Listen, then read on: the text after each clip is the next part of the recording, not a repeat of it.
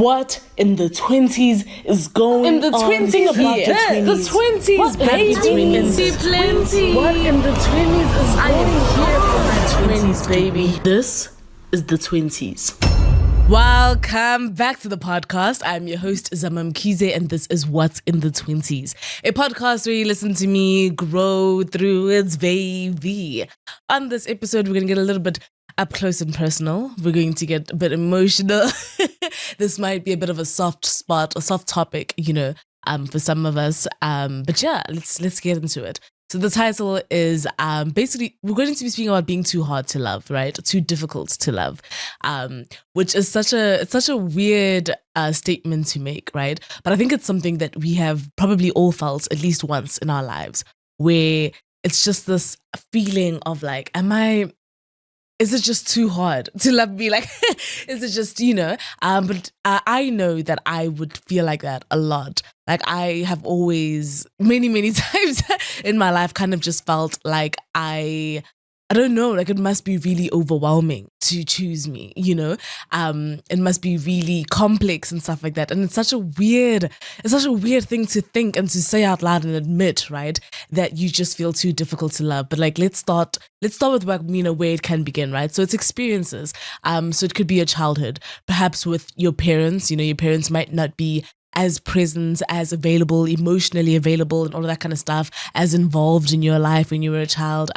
They may have not met all your emotional needs, right? To be the kind of parent that you need them to, where you can like turn to them, count on them and all of that kind of stuff. Perhaps they were busy, like my parents were working and stuff like that. So it was always so interesting, like when there were certain events that would happen at school and everybody else's parents were there, but I'm like, my parents can't be here. Like they're working, they're busy.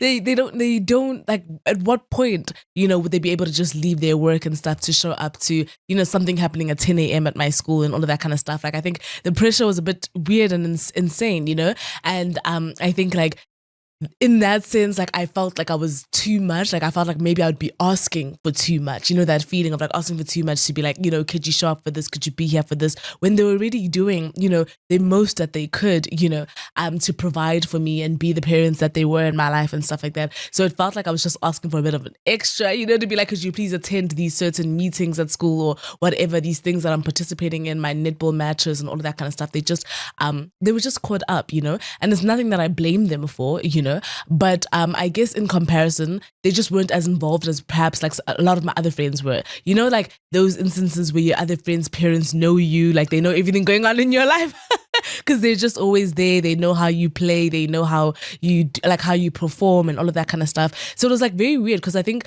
also like I would get attention, I guess, from teachers trying to play a bit of like that parental role because they were constantly involved in the things that I was participating in, the shows that I was performing in and all of that kind of stuff. They were there, And so, and like, I hate that question, like when they would ask, Summer, where are your parents?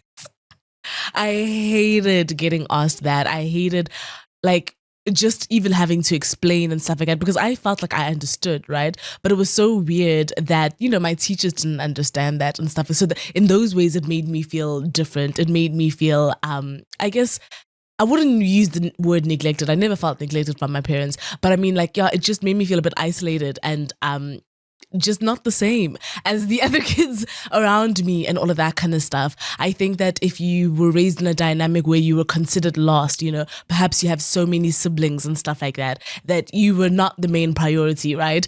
That your needs and stuff like that weren't the immediate response or weren't of urgency and all of that kind of stuff because the attention was split amongst so many of you guys and all the rest. Like there's only so much of themselves that can go around and stuff like that, you might be feeling like, a bit emotionally abandoned in certain areas and all of that kind of stuff, that it feels again like you're too much. The feeling of being too much. It's so ironic because you will feel too much to the point that you're not enough. And I'm going to explain that a bit deeper later in the conversation. But like, yeah, like I think I've always just felt like too much to the point of always feeling inadequate for people, always feeling like I just don't feel like I'm enough for just, one person or, but yeah, we're going to go into that like later. But like, yeah, I think that it feels too much to ask for more. It feels too much to even say you need more, to require more, to more attention, more time, more love, more care, consideration, and all of that kind of stuff. And I think that if you were growing up in an environment where you didn't feel like a priority, you definitely are going to feel like you're too much to love, because it's like, how come other people, are able to be met with the needs that they require and stuff? How come other people around you are able to be met with the attention, all of that kind of stuff that they require and stuff, and you can't? What is it about me that just isn't enough, to get that and acquire those things? I think that certain topics such as desirability politics, right? Which is essentially people wanting to be, the desire for people to want to be associated with you, around you, to date you, to be your friend and all of that kind of stuff because of the value you provide in social settings, right? So maybe you are incredibly attractive, people want to be around you. Maybe you are just a star student, you're an athlete, you're a top performer, all of those kind of stuff. People want to be associated and around you. Maybe you're popular and famous and all of those things, And I think that if you do not have proximity to that desirability, you're always going to feel a bit on the outside, right? On the outskirts, feel left out, feel overlooked, feel like you're just a bit on the side, which is such a painful, thing to go through and experience. Maybe you're not as attractive as perhaps your friend, like everybody else in your friendship group, so everybody would rather speak to everyone else, or they use you to speak to your friends and all of that. You know what I'm saying? Like people have no problem disrespecting you to get what they want, to get to the people they want to be around, which is so painful because it's like you're part of the same friendship circle and stuff like that. But like people don't want you, they just want what you're attached to. And that can feel so defeating and painful, to sit with and deal with and work around, I think that if your social environment isn't conducive for making you feel wanted, for making you feel needed and appreciated and loved and all of that, you're going to struggle with feelings of being too hard to love, too difficult to love, because it feels like you're always going to be made the exception, right? The exception to the rule. It's like if I choose you and stuff, it's not, you weren't my first choice, but like, it feels like someone is settling, to be around you, to choose you, to want you and all of that kind of stuff, because there's always something better that they could be getting or different, or, what they really want is out there, but they're not, getting that and stuff like that. It's such an insane feeling mentally and emotionally to go through. And it's like, it's not in your head. You're not making this up. These are based off of experiences that have happened from, when you were young, in primary, high school, all of that have kind of shaped and like made you realize how the world works, and like socially how we gravitate towards certain people and stuff, and the way that you kind of adapt, right, to survive in those settings. I think comparison can make you feel like you're difficult to love. So if you're constantly compared, I know I was always compared to people, whether it's my brother and I were very different. I am extroverted, I am like just social, I really like being around people, all the rest. He's more reserved, and he doesn't really bother anyone. Like he's just a very cool, very chilled guy, and I'm very loud, I'm very like all of that, and I was always compared, and always made me feel like people preferred him more than me. And that's the thing, it's like that feeling of being too much comes again, right? Because as I said, like my brother is just, he's cool as a cool cucumber, like he's just a chilled guy.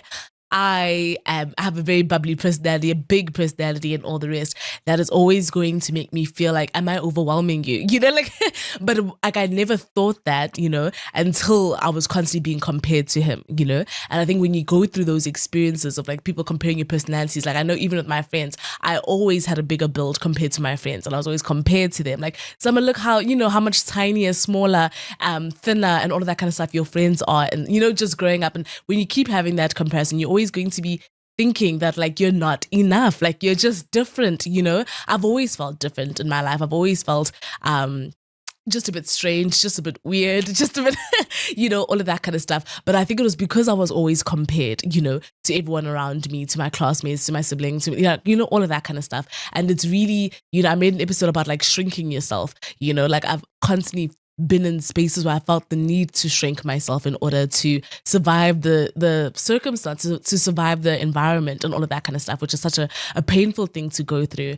But yeah, let's speak about like how this feeling manifests in our lives, right? I think that for me, maybe let me say in particular, but I think you can have like a sense of hyper independence. And that for me comes from a sense of no one's coming to save me, right? Like I always have just felt like because I'm a bit different, because I'm a bit loud, because I'm a bit ambitious and all of that kind of stuff, like I just feel like I have to take care of me because my needs weren't met, or I don't feel like all my needs all the time were met growing up and stuff like that. I felt the need to have to take care of myself because a lot of my experiences I had to go through alone. Like as I'm explaining, like, my parents were busy and working and stuff. I also grew up I was born in Durban, but then I moved to Polokwane 5 years later, and then I moved to Joburg 5 years after that. So I never had like extended family. I never grew up with my extended family, So it's always just been the four of us and all of that kind of stuff. So when I say like I have such a small family, I mean it in that sense that like I don't have people, except like cousins and stuff around me,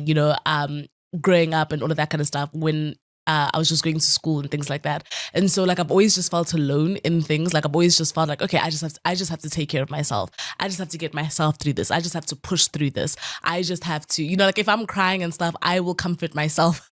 I mean, obviously there'll be those occasions, of course, where you go and like, find comfort in your parents and stuff like that. But I think like that sense of like no one's coming to save you, it was so drilled in me from so young that I've always felt the need to protect myself. I've always felt the need to take care of myself, to be there for myself, to show up for myself and stuff like that, because I never really felt like I just had like an abundance of people to lean on and, all of that kind of stuff. It just felt like, it just felt too strange. Like it's not easy when you're not, as I said, when you're not in proximity with desirability, with people having the desire to want to be around you all the time and stuff like that, you get isolated a lot, and I think I felt that a lot. Like I don't really feel like I met a lot of the beauty standards. I didn't meet a lot of like just so many different standards, that I just learned how to take care of me and be my own friend and stuff. And I think that can be so difficult for a lot of people because like people try to like connect with you and stuff and they're like wondering, why do you like being alone all the time? Why are you so hyper independent? Why do you just want to take care of yourself and stuff? But it's like, it's because, you learned very early on that it's really difficult to depend on others, and to trust others. And that's, going to bring me to, my next point is you struggle to trust. When you think that you are too difficult to love, you struggle to trust others. You struggle to trust their intentions for you, like why are they here? What are they doing? Why are you talking to me? And I'm not painting this out as an insecurity because I don't think it's an insecurity for me. I think it's just more of like a, you're not blind to the world and the social ills that go on and stuff like that. And so it's really difficult to trust why someone, perhaps cares about you or whatever. And if they really do, are they just using, as I mentioned earlier, are they just using you to get to a friend of yours, someone you're close to, all of that kind of stuff? Like you just, trust issues are so insane. And it's again, that thing of depending on people. Like I do not like relying on people. I do not like putting my trust and hope and all of that kind of stuff in somebody else and stuff. And I think that's the thing. It's like, because I struggle with trusting, because like, I struggle with being vulnerable, in that capacity. I struggle with trusting someone to carry my emotions, my feelings, all that I am, because I've always felt like, again, like it's too much. I am a very sensitive person in the sense of like, I'm quite intuitive. I can feel like the things that I feel are incredibly deep and vast and stuff. And I think that sometimes sharing that with someone, I'm so afraid of overwhelming them that I just don't, like I just don't share, or I'll hold back. I hold back a lot, in fact, which is not a nice feeling. Like you want to be able to feel safe enough to just expose yourself and share yourself and all of that kind of stuff. But when you're stuck in the mindset of feeling too difficult to love, it's so difficult to open yourself up in those ways, and it's like the need for reassurance and all of that kind of stuff. It's like, it's so, it's so insane. Like when I say you won't believe the things someone says to you, you won't believe the words that come out of someone's mouth. Like it's because you just have it in your head that like, nah, it can't be. And it's not a nice way to live, like I don't know how to explain it, but sometimes I just always think people are lying, and I think a lot of us think that way too. Like we just think people are like just making stuff up as it goes and stuff like that. Like it just rolls off the tongue when they just say things and stuff, and you just can't, I don't know, like you just need a lot more to be able to trust what's happening here and the situation that's going on here and stuff like that, to be able to let yourself go in this in this person or relationship and all of that kind of stuff. I think that when you feel too difficult to love, you can be emotionally unavailable, which is weird because you won't see it that way, right? You won't necessarily think you're being emotionally unavailable. But again, it goes back to that thing of like your struggle to be transparent, your struggle to be emotionally vulnerable, to share emotionally intimate moments with people and stuff like that. It's like you end up realizing it's because you're just emotionally unavailable. Like you actually, you don't know how to give parts of yourself up to someone, right? Because you just fear the disappointment of them not being able to meet you at the place that you need them to, right? Them not being able to meet you at the place that you want them to. And again, as I said, it's like a trigger. It goes back to your childhood. If you felt that with your relationship with your parents, with your siblings, with the adults that were around you, that they didn't meet those needs, it's really difficult for you to now trust people to be the support that you need, right? To be the person you needed when you were a child, right? And that's the thing, it's like your inner child is like screaming for like just the desire for that kind of love and protection and all of that kind of stuff. But like you just can't trust it. Like you don't know how to save that version of you, right? That needed to be validated, that needed to be seen and cherished and loved and all of that, and it's, you're an adult and you've now kind of decided you're going to be that person for yourself. But like, in order to build relationships with other people, we need to be able to let them in, right? And I think that's like a bit of the conundrum we sit in. Is like, oh, how can I commit myself to emotionally expressing myself and stuff without feeling like a burden, right? Because that's the thing too, is like all these experiences we go through in our life make us feel, when you feel like you're too much, you feel like a burden. You feel like you're weighing somebody down with your experiences, with your emotions, with your feelings. Sometimes you don't even want to communicate if somebody hurt you because you don't want to make them upset. You don't want to hurt them. You don't want them to feel like you're nagging, like you're the problem, like this and that. So you just would rather say nothing at all, even though something really hurt your feelings, even though something they did really made you feel a certain kind of way, but you feel really afraid to communicate that, right? Because of the fear of coming across as too much and all the rest. I think the feelings of inadequacy, as I mentioned earlier, right? You will feel too much to the point that you don't feel enough because, with having all these emotions and thoughts and feelings and being an extra person, all of that kind of stuff, it feels like you won't be chosen for those reasons. And that's what makes you feel inadequate, right? Like you're never enough for someone to just like want you and love you as whole as you are. So you have to shrink yourself and chip out parts of yourself and shapeshift and kind of just move the goalpost of who you are just to kind of adapt and like be suitable for what somebody else's expectations are of you, and that's such a crazy feeling to go through. It's such a crazy experience also, because I don't even know if you see it happening in real time, if you see yourself changing. So I think that also with feelings of inadequacy, like because you just feel like you just have to move around and stuff, move your goalposts and stuff, like you're just never going to feel comfortable being around certain people in certain situations and all the rest. And because of that, we end up self-sabotaging. That's another way that it manifests, right? We sabotage relationships with people. We sabotage opportunities that come in our life. We sabotage good things, because again, we don't trust it. We think everybody and everything is lying. We think it's going to fall apart at some point. We think that we're going to be abandoned at some point, that everything is just going to fall apart, essentially. It's just this feeling of like, oh, is this really going to work out for my good and my benefit and all of that kind of stuff? Because like, I don't know, that feeling of just like everyone leaves eventually. Everybody's going to leave me at some point and all of that kind of stuff because there's just something about me they can't handle, blah, blah, blah. Like we'll make all these kinds of excuses that we end up just sabotaging good and great things that come into our lives, which is such a terrible mistake that we make, because we keep trying to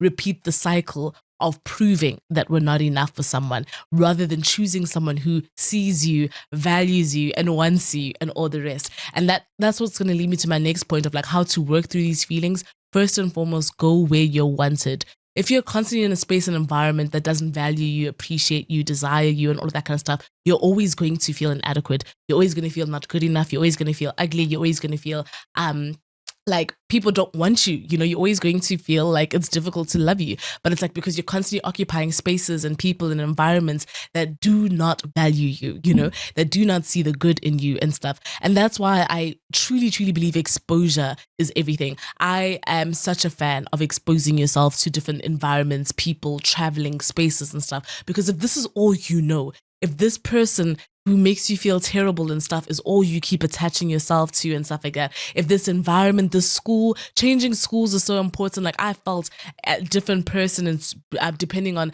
the schools that I've been in and stuff like that. Like just being able to change your environment and meet different people, go to different spaces and stuff like that will really rewire your brain chemistry to make you see that there are spaces that will see you, that will choose you, that will value you. If you're just brave enough to expose yourself to them, if you're just brave enough to go to those environments and stuff like that, if where you are doesn't make you feel good, change that, I don't believe that everywhere you go in the world, people just won't like you. People just won't value you. Maybe it's just the social environment of this certain setting that won't accept you, but it won't be everywhere. And I just keep moving in the direction of where you feel the most seen, heard, understood, and all of that kind of stuff. You need to affirm yourself. You need to get into the habit of validating yourself. And I'm being so serious about that. I think if you're constantly in search and need of everybody else's validation, you're going to suffer a very, very terrible just loss of self, identity, peace, right? All of that kind of stuff, because who you are is heavily reliant on how other people see you. And because of that, of course, you're going to feel difficult to love because you're not even yourself, you're not even being yourself in order for people to love you, in order for people to know what to love about you and all of that kind of stuff. So I think that when you constantly get in the habit of just really seeing who you are and being like, oh, I think you're cool. I think you're great. I think you're lovely. I think you're enough. I think you're funny. I think you're beautiful. I think you're talented and creative. I think you are magnetic and all. You need to be saying, I promise you, it really does something for you when you realize that what you're in search for isn't necessarily in somebody else being able to see you, but it's rather in knowing that those who are meant to see you will, those who can handle and appreciate you will, I think we need to expand our appetite for risk when exploring relationships with people. And by that, of course, it's a risk to be vulnerable. I know we are so afraid to open up to people because what if this relationship doesn't work out? What if they go and tell somebody else my secret? What if this and what if that? The fear just consumes us. And I think we should just be able to be comfortable taking risks like that. So what if they know this thing about me? So what if they know this about my past? So what if they have this knowledge about who I am? This is a part of me and it doesn't control me. It doesn't consume me. I think when I've changed my perspective like that completely, it just made life so much better. I'm not afraid of people knowing aspects of my life, because I don't feel like I'm at a loss for them having that experience of me, and I think that when you just kind of rewire your brain in that sense of not thinking that you're losing something by opening yourself up, more that you're gaining. Think about all that you have to gain. We're able to have connection and facilitate a relationship and all that kind of stuff when we're able to share ourselves, intimately and vulnerably with people and stuff like that. And I think that's a different way of looking at it and thinking about it and just being more excited about connecting with people. I think that we need to have patience. And by patience, I mean if you feel what you haven't found what you're looking for, it doesn't mean it doesn't exist. If you feel like you haven't found the person you want to be with, the person who can handle you, the person who can see you, the job that can value you, the job environment or the type of employer that can really give you that reassurance that you need, that can really make you feel you're more than enough and all of that kind of stuff. You need to be able to have the patience to trust that it does exist and it is out there, rather than settling for less. Because what will happen when you settle for what you don't want, or when you settle for less, or when you settle for someone who cannot really handle or have the range for all that you are, you will constantly keep reinforcing the idea that you're too much to love, you're too difficult to love, too hard to love and stuff like that, because you're dealing with someone who does not have capacity to carry all that you are. And you know what I'm saying? And you're constantly putting yourself in that space, trying to squeeze into the small bottle that you're shrinking yourself to the point that it just feels like I'm not happy, I'm miserable in this and stuff like that. And so like I just think having the patience to trust and believe that what's for you is out there and is on its way to you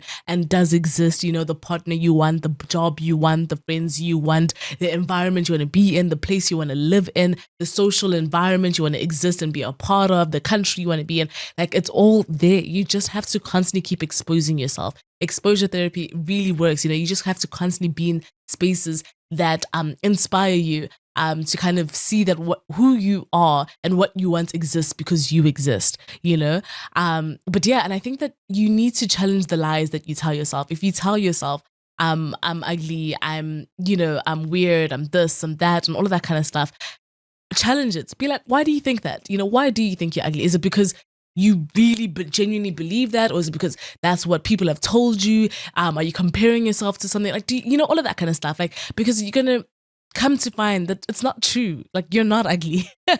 You're not unwanted. You're not unlovable. The feeling of like, I just don't feel like I'm lovable, like people love me, or like that's not true. There are people that do, or there are people that will, and all of that. So I think constantly keep challenging, like when you can catch yourself in a bit of a lie and stuff like that, like really pick up on that and stuff like that, and counteract that with something positive, with an affirmation that affirms and validates, just what an amazing person you are and stuff like that. But like, yeah, that's what I wanted to speak about today, is like, I know that many times we can get into that feeling of like, oh, maybe I'm just too difficult to love. Maybe I'm just too much. Maybe I'm just this. Maybe I'm just not enough, and all of that. And I just want us to get in the habit of just challenging that, changing that, opening our hearts up, and just trusting the good in the world, because I do believe that it exists. And I do believe that, we will find what we're looking for. We just have to have enough patience and grace, to find it. But yeah, as always, I'm sending my love. Goodbye. What in the 20s is going in the 20s on? here? The 20s, what baby. Plenty. What in the 20s is going on? I am here for my 20s, baby. This is the 20s.